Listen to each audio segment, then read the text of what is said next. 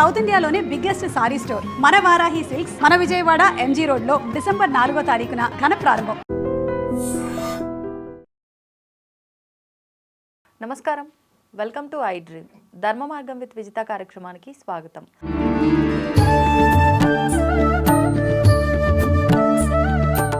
ప్రస్తుతం మనతో పాటు ఉన్నారు ప్రముఖ జ్యోతిష్య వాస్తు పండితులు బ్రహ్మశ్రీ అన్నవరపు తిరుపతి మూర్తి అవధాని గారు. ఇప్పుడు గురుగారితో మాట్లాడదాం. నమస్కారం గురుగారు. ఓం శ్రీ మహాగణాధిపతయే నమః. గురుగారు, డిసెంబర్ 1వ తారీఖున మార్గశిర ఏకాదశి అంటే మనకు ప్రతి మాసంలోనూ 2 ఏకాదశులు వస్తూ ఉంటాయి.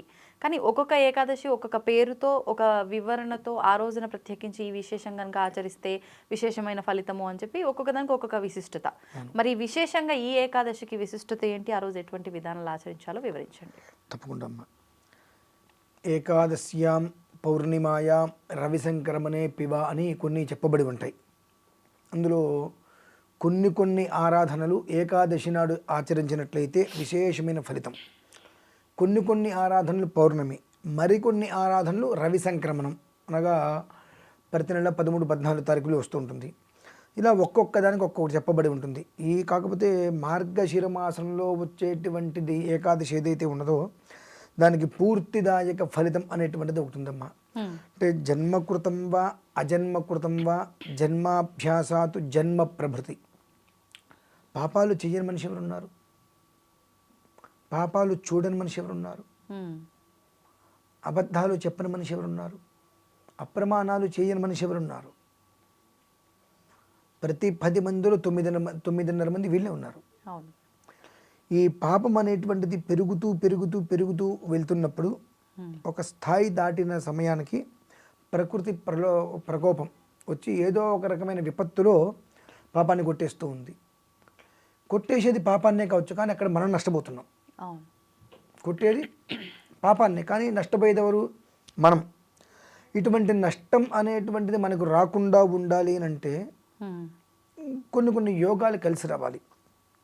ఆ రోజు ఏకాదశితో పాటు నక్షత్ర ప్రయుక్తము సోమవారం, ఇవి కొన్ని శివకేశవ యోగాలు.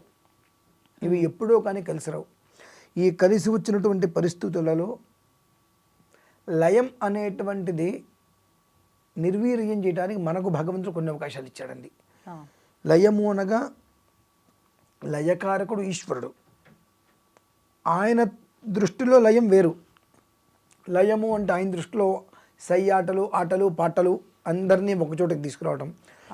మన పెద్దవాళ్ళు ఉంటారు, బాగా లైలు పడుతుందే అని. లయము అంటే ఆయన దృష్టిలో అందరినీ తోలుబొమ్మలాగా ఆడిస్తూ నవ్వించటం. మన దృష్టిలో లయము అంటే నాశనం, వినాశనం. లయకారకుడు ఈశ్వరుడు అంటాం కదా. లయకారకుడు ఈశ్వరుడు అంటే మొత్తం నాశనం చేస్తాడని అర్థం మన దృష్టిలో. ఆ దృష్టి మారాలి ముందు. లయకారకుడు అంటే ఇందులో ఉంది లాలిపాడి నిదురబుచ్చి వల్లకాటి ఒడికి చేర్చే తండ్రి నీవేని చెప్పి అదే సినిమాలో ఒక పాట కూడా. లాలిపాడి నిదురబుచ్చి వల్లకాటి ఒడికి చేర్చే తండ్రి నీవే అని. ఇలా లయము అనేటువంటి దానికి అర్థాలు అనేకం ఉంటాయి. కానీ ఈశ్వరుడి దృష్టిలో లయము అనేటువంటి దానికి లాలించటం, పాలించటం, మైమరిపించటం. మనిషికి కష్టం అనేటువంటిది ఎక్కువైనప్పుడు ఈశ్వర ధ్యానం చేస్తే అందులోంచి ఆ కష్టం నుంచి మైమరిపించి సుఖాన్ని తీసుకురావటం, అది లయము అనేటువంటిది. కానీ మనకు లయము అనగా నాశనం అనేటువంటిది. సో మన దృష్టిలో ఏదైతే లయము అనేటువంటిది చెప్పబడి ఉన్నదో, మన దృష్టిలో చెప్పబడి ఉన్నటువంటి లయం అనేటువంటి దాన్ని నాశనం చేస్తాడండి. అంటే కొంత ధ్యానం, కొన్ని యోగాలు, శివయోగాలు, శివకేశవ యోగం అలా వచ్చినప్పుడు అటువంటి పర్వదినం రేపు ఏకాదశి. ఇద్దరికి సంబంధించిన యోగం ఆ రోజున ఉంది. అందులో కూడా నక్షత్రాధిపతి బుధుడు. బుధుడికి విష్ణుమూర్తి అంటే చాలా ప్రీతి. సోమవారం అవి కలిసి రావటం వలన మన అందరి యొక్క బుద్ధి సవ్యంగా ఉంటే ఎక్కడ అనర్థాలు జరగవు కదా, ఎక్కడ కష్టాలు జరగవు, ఇబ్బందులు ఉండవు.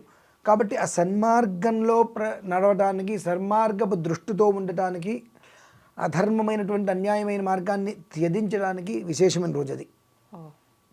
మరి ఈ రోజు ఏం చేయాలి?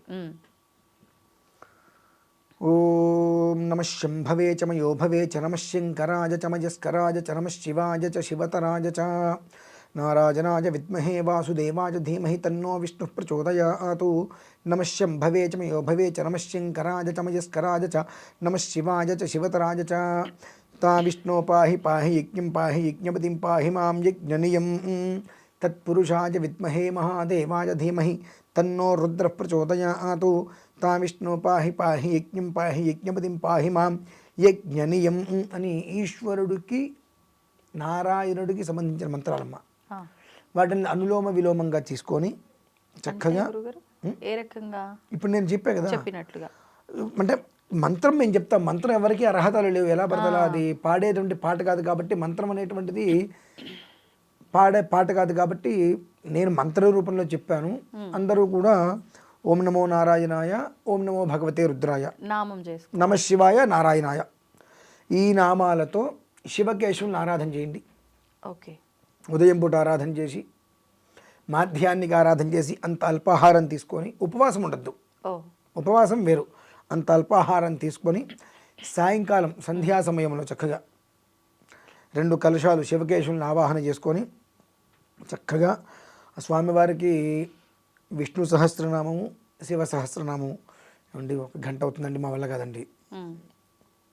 కనీసం విష్ణు అష్టోత్తరం, శివ అష్టోత్తరంతో అర్చన చేసి ధూపదీప నైవేద్యాలు ఇచ్చి నమస్కారం చేసుకోవడం అనేటువంటిది సకల శ్రేయోదాయకం. ఇందులో ఏంటంటే నా గోత్రం చెప్పుకుంటా, నా పేరు చెప్పుకుంటా అనేటువంటిది కాకుండా భగవత్ ప్రీత్యర్థం ఇందాక మనం చెప్పుకున్నాం అసంఖ్యాకంగా ఇది ఇంత లెక్క పెట్టడానికి కూడా వీలు లేని పాపాలు చేసి ఉంటాం.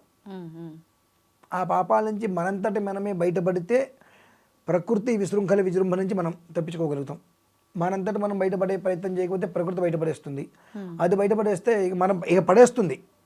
కాబట్టి మనం బయటపడటం శ్రేయస్కరం. కనుక ఆ రోజు నాడు కష్టమైన నష్టమైన ఓపిక చేసుకొని ఒక్కరోజు ఇన్ని సంవత్సరాలుగా పేరుకుపోయినటువంటి